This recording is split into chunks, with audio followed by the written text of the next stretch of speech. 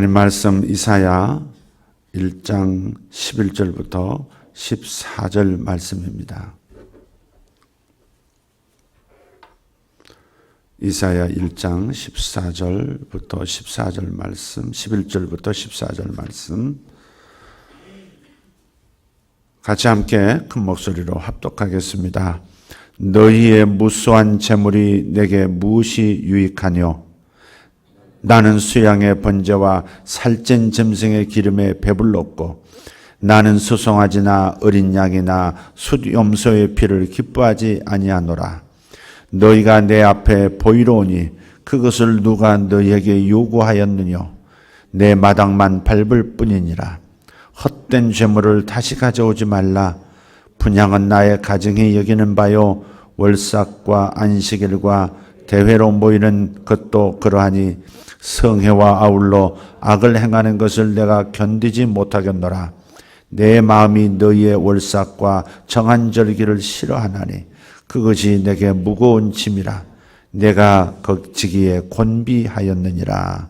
아멘. 우리 지난 이틀 동안 주일 저녁부터 우리에게 주셨던 말씀이 이것입니다.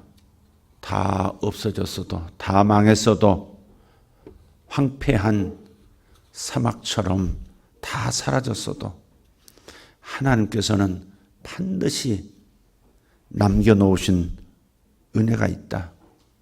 하나님께서 남겨놓으신 은혜를 붙잡기 위해서는 첫째로 나를 위해 흘리신 하나님의 눈물, 나를 그토록 안타까이 사랑하시는 하나님의 마음을 보라 했습니다.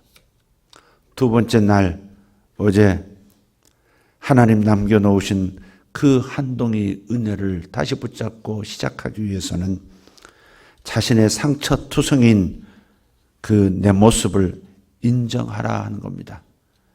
머리부터 발끝까지 상처 입지 않은 곳이 없습니다. 이리 찢기고 저리 상처나고 다시 살펴보면 새로 맞은 멍이 나타나고 그게 내 마음이다. 그게 내 삶이다. 괜찮은 척 살지만 나는 상처투성이 서로 멍든 그 자국 다시 안고 하나님 앞에 내 모습, 내 마음 보여드리면서 그렇게 주님 앞에 내놔야 주님의 그 마음과 연결이 되고 주님께서 예비하신 그 큰 축복들이 내 것이 된다. 그래서 우리는 이 두 가지를 통해서 하나님의 남겨진 은혜 받아야 되겠다 말씀드렸습니다. 오늘 말씀은 우리 하나님 내게 남겨놓으신 은혜를 붙잡기 위해서는 셋째로 신앙을 가장한 욕심을 내려놓으라 하는 겁니다. 신앙을 가장한 욕심을 내려놓자. 한번 해봅시다.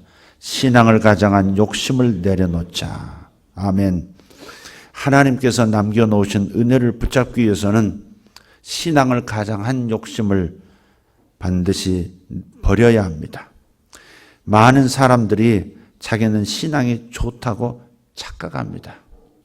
신앙이 좋다 그렇게 말하지도 않고 스스로 그렇게 많이 생각하지는 않지만 그래도 괜찮다 생각하는 경향이 있다는 것입니다.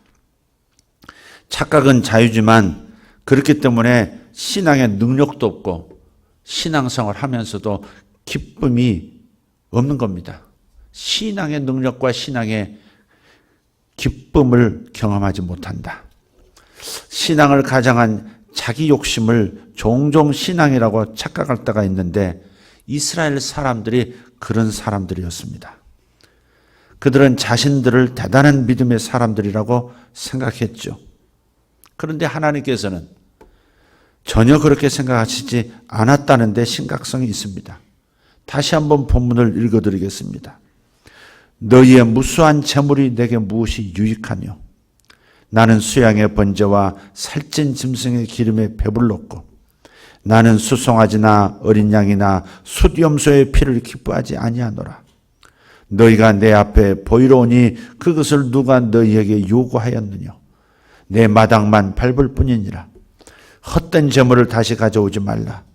분향은 나의 가정이 여기는 바요 월삭과 안식일과 대회로 모이는 것도 그러하니 성회와 아울러 악을 행하는 것을 내가 견디지 못하겠노라.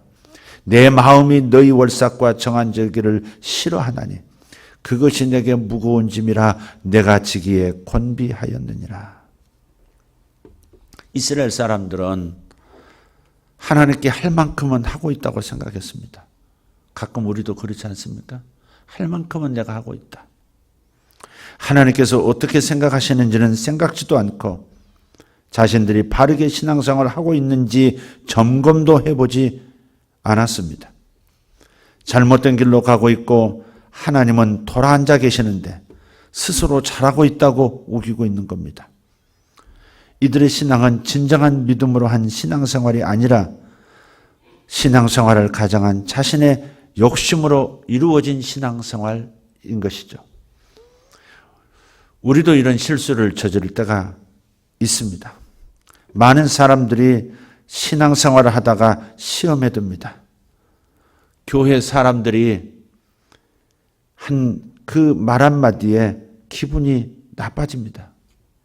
그 한마디 말이 교회가 가기 싫습니다. 목사님이 나를 알아주지 않는다고 또 그런 마음이 들면서 시험이 듭니다. 사람들이 자신을 무시한다고 시험에 들고 자신의 생각을 교회에서 받아주지 않는다고 시험에 듭니다. 그런데 가만히 살펴보면 실상 시험에 드는 이유는 여기에 있습니다. 자신 속에 자신도 모르는 신앙을 가장한 욕심이 있기 때문에 그렇습니다. 그 욕심이 채워지지 않고 그 욕심이 이루어지지 않을 때 사람들은 시험에 드는 것입니다.